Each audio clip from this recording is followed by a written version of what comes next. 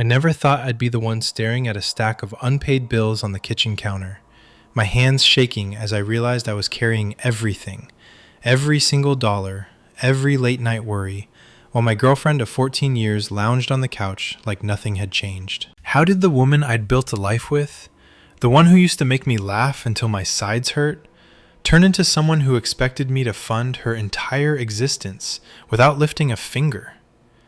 And the scariest part?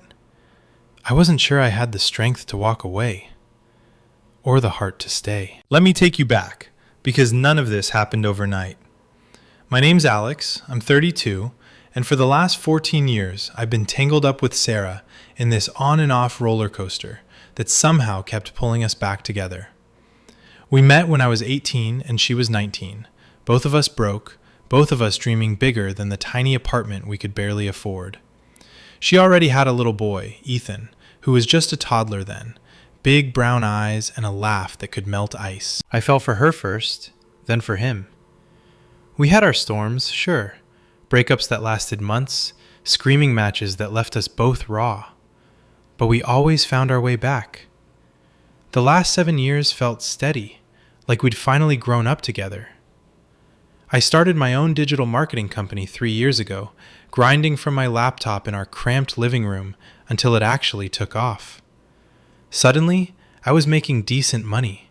Real money. Sarah was still at the call center, hating every scripted minute of it, but we split the bills down the middle and kept the place from falling apart. Neither of us loved cooking or cleaning. Hell, we'd order takeout more nights than not, and let the laundry pile up until we couldn't find a matching sock. I never bought into that old school, woman stays home, man brings home the bacon nonsense anyway. We were equals, partners, right? So when things got busier for me, I did what any reasonable person would do. I hired a cleaner to come in twice a month. It was a luxury, sure, but it gave us back our weekends. Sarah would joke about it. Thank God you're the boss now. And I'd laugh, pulling her close on the couch while Ethan played video games in the next room. Life felt good. Balanced. Then, 10 months ago, everything shifted. Sarah lost her job. Corporate downsizing, they called it. She came home that afternoon with red eyes and a cardboard box of her things, voice cracking as she told me they'd let her go with 2 weeks severance. I held her while she cried, stroking her hair and promising we'd figure it out. "I've got us," I whispered. "My company's doing great. We'll be fine." And for the first couple of weeks, I meant it. I covered the rent, the groceries, the gas in her car, Ethan's school stuff, everything. She spent her days applying to jobs, or at least that's what she said. I'd come out of my home office around lunchtime and find her in yoga pants, hair in a messy bun, scrolling through her phone on the couch. "Any luck today?" I'd ask gently. She'd shrug, kiss my cheek, and say something like, "The market's trash right now." I believed her. I wanted to. But weeks turned into months, and the job applications slowed to a trickle.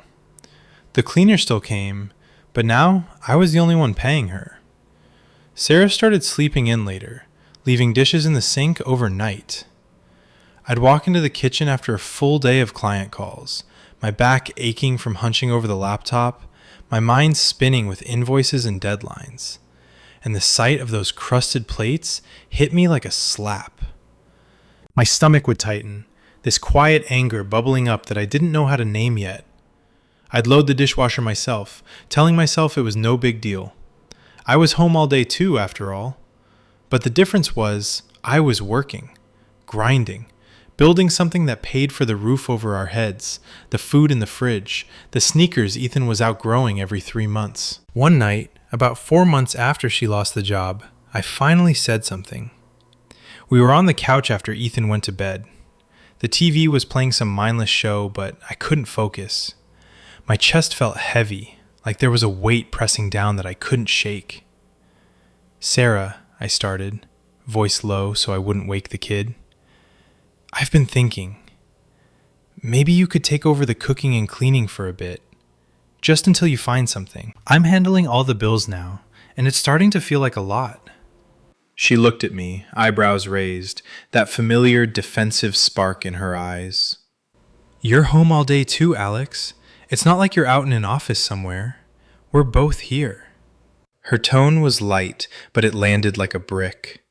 I tried to explain, patiently, I swear, that my days were packed with meetings, strategy sessions, chasing payments.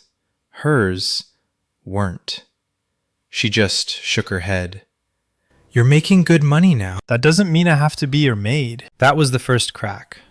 I felt it in my gut, this cold twist of resentment I hadn't expected. I loved her. God, I still did. But in that moment, staring at the takeout containers on the coffee table she hadn't bothered to throw away, I wondered when we'd stopped being a team. I swallowed it down, changed the subject, and we went to bed like nothing happened. But that night, lying there in the dark with her breathing steady beside me, my mind raced. Was I being unfair? She'd been through a lot. Single mom at 19, bouncing between jobs that never stuck. Maybe she needed time to heal from the layoff. I told myself to give her space. I even upped the cleaner to once a week just to keep the peace. The months kept piling on though. 6 months in, the fridge was a war zone. Expired milk, moldy leftovers she'd shoved in there and forgotten.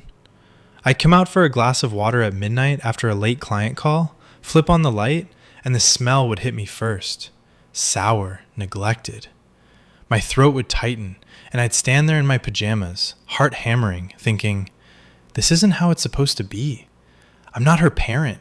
I'm not her roommate with benefits. I tried talking again, softer this time.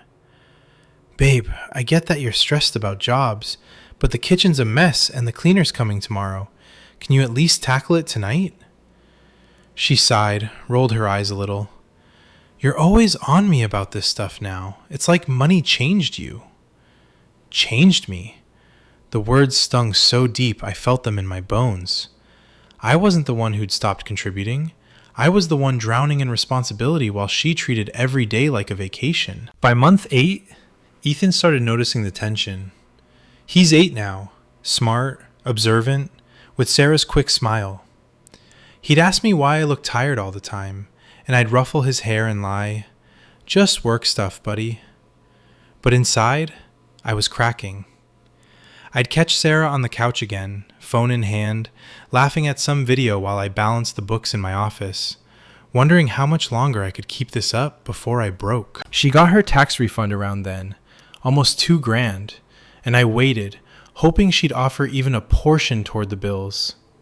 She didn't. Not a word. I had to ask, voice cracking a little with frustration.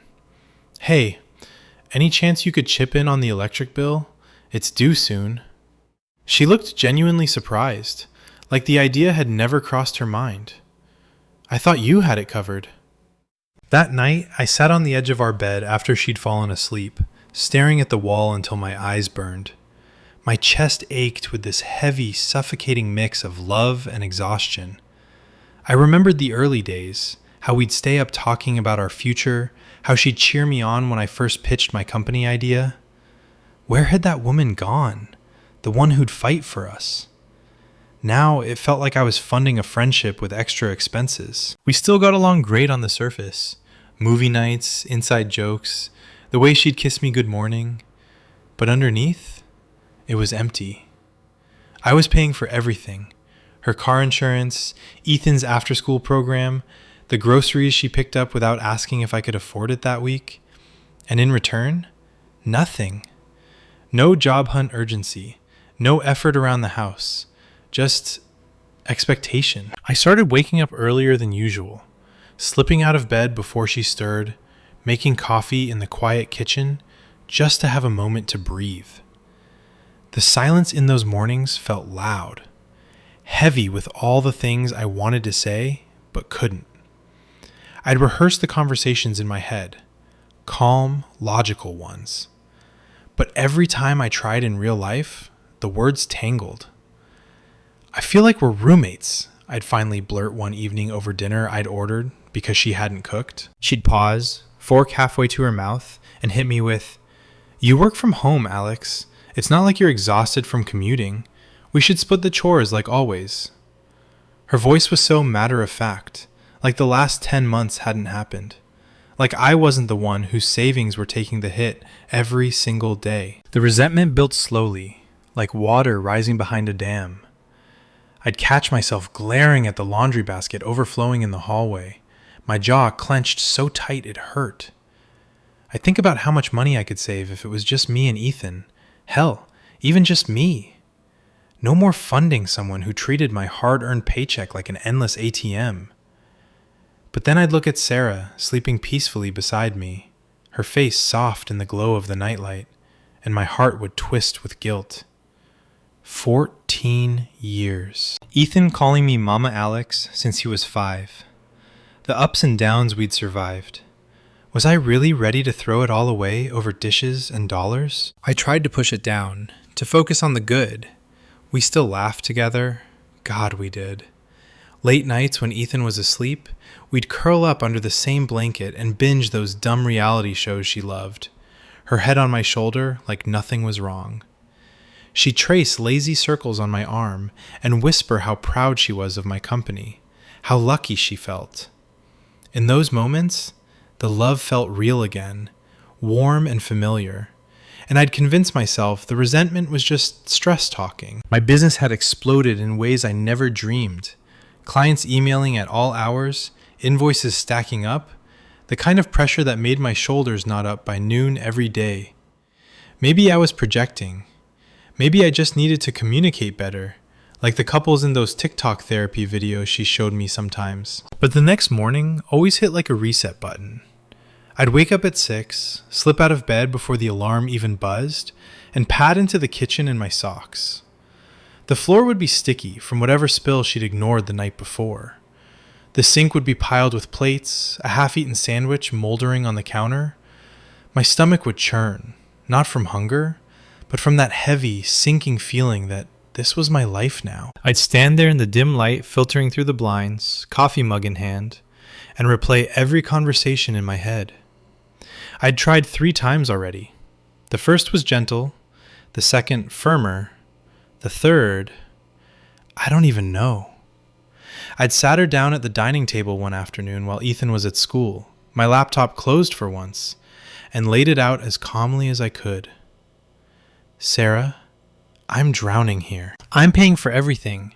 The rent's up next month, Ethan needs new cleats for soccer, and the cleaner's bill is killing me. You're home all day. Could you just handle the house stuff? Cook a couple nights a week? It mean everything. Her eyes had gone flat, that defensive wall slamming up. You're home too, Alex. You're not out slaving in some factory. And honestly, your company is just you on Zoom in sweatpants. We're equals, remember? The words landed like a punch to the ribs. Equals? I wanted to scream that my Zoom in sweatpants had covered her car payment last month when she forgot to renew the insurance. But I bit my tongue until it bled, nodded like an idiot, and went back to my office with my chest tight and my eyes burning. It got worse after her tax refund came in. Almost $2,000, enough to cover groceries for a month or knock a dent in the electric bill that kept creeping higher. I waited a whole week, heart hoping against hope she'd surprise me. Maybe slide an envelope across the table or say, "Hey, I got this one." Nothing. She spent it on new clothes for herself and a Switch game for Ethan, posting selfies on Instagram with captions like, "Treating myself after a tough year." I saw it while I was on a client call, and my blood ran hot. That night, I couldn't hold it in anymore. Ethan was in bed, the apartment quiet except for the hum of the fridge. I found her on the couch, legs tucked under her, scrolling again.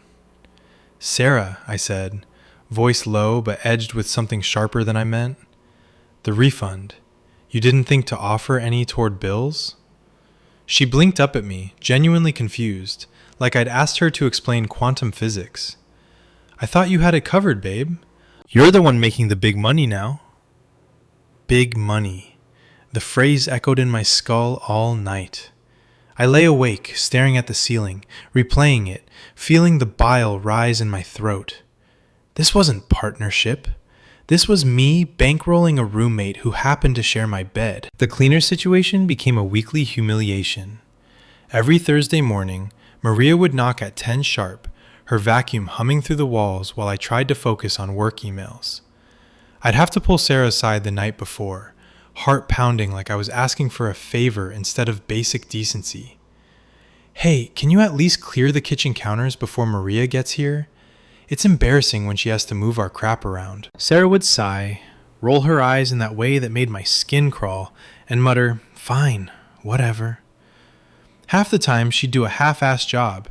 Dishes shoved in the dishwasher but not run, crumbs still scattered like confetti. Maria would give me these pitying looks when I paid her, and I'd feel my face burn. I started dreading Thursdays more than Mondays.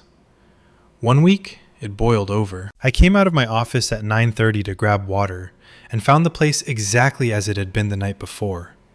Pizza boxes stacked, socks on the floor, Ethan's homework papers everywhere. Sarah was still in bed. I woke her up, voice shaking. "Maria's here in 30 minutes. The kitchen looks like a bomb went off." She sat up, hair wild, and snapped, "You're home all day too. Why is it always on me now? Just because you pay doesn't make you king of the castle." The words hung between us, thick and ugly. I felt my hands tremble as I walked away, locking myself in the office while Maria worked around the mess. My mind spun in circles. Was she right? Was I turning into some entitled jerk? But no. Every invoice I paid, every late night I spent replying to clients while she napped told me different. I was the one keeping the lights on. Literally. Ethan started picking up on it too, poor kid. He's 8, but he's sharp. Always has been. One Saturday afternoon, we were at the park, just him and me tossing a football while Sarah ran errands that somehow turned into 3 hours at the mall. He caught the ball, hugged it to his chest, and looked up at me with those big eyes. "Mama Alex, why do you look mad all the time now? Is it because of Mommy's job?" My throat closed up so fast I could barely answer. I knelt down in the grass, the sun warm on my back, and pulled him into a hug that probably lasted too long. "It's complicated, buddy," I whispered, voice cracking. "But I love you and Mommy so much. We're figuring it out." He nodded against my shoulder, but I felt the weight of it, the way he'd started helping me unload groceries without being asked, like he was trying to carry some of the load too. That night, I cried in the shower, hot water pounding my shoulders, wondering how I'd let it get this far. 14 years of history, a kid who called me mom, and here I was, feeling like the villain for wanting basic respect. The friendship vibe she kept talking about, it was killing me slowly. We'd still cuddle on the couch, still share those soft goodnight kisses, but it felt hollow now, like I was performing affection while my brain tallied every expense. Gas in her car, $80 last week. Groceries she picked up on a whim, another $120. My savings account shrinking while hers stayed untouched. I'd sit at my desk after hours, staring at spreadsheets until the numbers blurred, thinking about how freeing it would feel to be alone. No more tiptoeing around her moods. No more swallowing my frustration until it burned like acid in my gut. Just me, Ethan, and the quiet peace of a house that stayed clean because I chose it. But then guilt would slam in. Memories of her holding me through my first business failure, the way she'd rubbed my back when Ethan had nightmares and I didn't know what to do. Love and resentment twisted together until I couldn't tell them apart. I tried one last big talk 2 weeks ago. We were in the living room after dinner. Takeout again, because cooking felt like too much effort for both of us now. Ethan was asleep, the TV off for once. I took her hands across the coffee table, my palms sweaty. "Sarah, I love you. I do. But I can't keep doing this. I'm paying for everything, and it feels like you're checked out. No job hunt, no help around here. I feel like we're just roommates with extra bills. Can we fix this together?" Her face softened for a second, eyes glistening, and for a heartbeat, I thought maybe, finally, we'd break through. Then she pulled her hands away. "You're making it sound like I'm using you. I lost my job, Alex. I'm trying. But you're home all day in your little empire. Why can't we just split things like before?" The hope shattered. I felt the dam crack wide open, water rushing through. My voice broke as I said, "Because before, we both contributed. Now it's just me." She stood up, walked to the bedroom, and closed the door without another word. That was the night everything shifted for good. I sat there alone on the couch, the apartment dark except for the streetlight glow through the blinds, and felt the tears finally come. Hot, silent, the kind that leave you hollowed out. My heart hammered against my ribs like it wanted to escape. I wasn't just overwhelmed anymore. I was done pretending this was okay. But walking away? God, the thought terrified me more than staying. Ethan's face flashed in my mind. Sarah's laugh echoing from all those years ago. What the hell was I supposed to do now? The next morning dawned gray and heavy. The kind of light that filters through cheap blinds and makes everything look washed out. I woke up with puffy eyes and a headache that pounded behind my temples like a drum.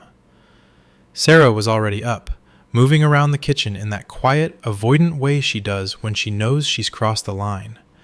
Clattering dishes just enough to announce she was there, but not enough to actually clean anything. I stayed in bed a few extra minutes, staring at the ceiling cracks I'd memorized over the years, my mind a storm of what-ifs. What if I just stopped paying for everything? What if I told her flat out that I couldn't do this anymore? What if Ethan had to choose between us? The thought twisted my insides until I felt nauseous. I dragged myself out, splashed cold water on my face, and walked into the kitchen like I was stepping onto a battlefield. She didn't look at me. "Coffee's ready," she muttered, sliding a mug across the counter without meeting my eyes. I took it, the warmth seeping into my palms, but it did nothing to thaw the ice in my chest. "Thanks," I said, voice flat. The silence stretched, thick and suffocating, broken only by the drip of the faucet she still hadn't fixed. Ethan shuffled in then, backpack half-zipped, rubbing sleep from his eyes. "Morning, Mama Alex. Morning, Mom." He climbed onto his stool, and I forced a smile, ruffling his hair while my heart cracked a little wider. He didn't deserve this tension, this slow unraveling happening right in front of him. I made his lunch, peanut butter sandwich, apple slices, the same thing I'd done every school day for months now, while Sarah scrolled her phone at the table, legs crossed like she had all the time in the world. My hands shook as I packed the brown bag. Every zip of the lunchbox felt like another nail in the coffin of what we used to be. That afternoon, the dam finally broke. I was deep in a client Zoom, headset on, trying to close a deal that could cover next month's rent when I heard it, the crash from the living room. I muted myself mid-sentence, heart leaping into my throat, and rushed out. Sarah had knocked over a full glass of soda on the coffee table, sticky brown liquid pooling on the rug we'd bought together years ago. She was just standing there, staring at it, phone still in her hand. "Shit," she said softly, like it was no big deal. No paper towels, no effort, just staring. I felt the heat rise in my face, my pulse roaring in my ears. "Sarah," I hissed, yanking off my headset. "I'm in a meeting. Can you please clean that up?" She glanced up, annoyance flashing across her features. "It's just a spill, Alex. Chill. You're home too. You could help." The words hit like gasoline on a fire I'd been trying to smother for months. I stepped closer, voice low but trembling with everything I'd held back. "Help? I do everything. The bills, the kids' stuff, the work that actually pays for this roof. You're here all day and you can't even wipe up a damn spill before it soaks in?" Her eyes widened then narrowed. "Here we go again. Because you pay, you get to boss me around? I told you, we're both home. It's not my fault your fancy company makes you think you're better." Better? The accusation burned so deep I tasted metal on my tongue. I wanted to scream that my fancy company was the reason Ethan had a roof and food and soccer cleats, not some magic money tree. Instead, tears pricked my eyes, hot and unwelcome. "I don't think I'm better," I whispered, voice cracking. "I just want to feel like we're partners again, not like I'm your ATM and your maid rolled into one." Ethan's door creaked open down the hall. He must have come home early from a half day at school, and I saw his little face peek out, eyes wide with worry. Sarah noticed too, and for a second her shoulders slumped, the fight draining out of her. But she didn't apologize. She just grabbed a towel, dabbed at the spill half-heartedly, and walked away to the bedroom, leaving the rug damp and stained. I finished the Zoom call on autopilot, voice steady on the outside, while inside I was shattering. After I hung up, I sank onto the couch, the wet spots soaking through my pants, and buried my face in my hands. The apartment smelled like spilled soda and old takeout, a sour reminder of how far we'd fallen. My mind raced through memories I tried to bury. The night Ethan was born, and I held Sarah's hand through it all, promising I'd always be there. The weekend we drove upstate with nothing but a cooler and each other, laughing until we cried. Where was that us? The one who split everything because we loved each other, not because one of us had a paycheck. Now it felt like I was the only one rowing the boat, while she sat back, sunning herself, expecting me to handle the waves. The guilt twisted with the anger. Guilt for even thinking of leaving, for imagining a life where I didn't have to beg for basic help. But the resentment? It was louder now, a roar in my ears that drowned out the love I still felt flickering somewhere deep down. The next few days blurred into a haze of forced normalcy. We didn't fight again out loud, but the air between us crackled with it.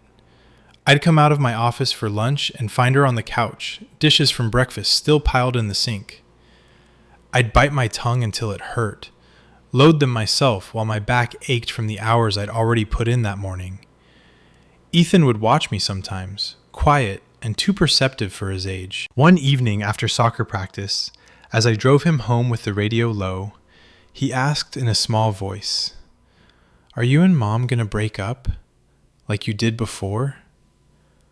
The question punched the air out of my lungs. I gripped the steering wheel tighter, knuckles white, and pulled over in a parking lot so I could look at him properly. The streetlights flickered on outside, casting orange glows across his worried face. "I don't know, buddy," I admitted, my voice raw and honest in a way I hadn't been with Sarah. "I love your mom so much, but sometimes grown-ups have to figure out if they're still making each other happy."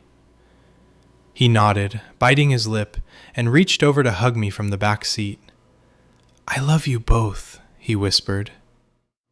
That hug broke me more than any argument ever could. I cried the whole way home after dropping him off at a friend's for a sleepover, silent tears streaming down my face as the city lights blurred past. Sarah was waiting when I got back, the apartment strangely tidy.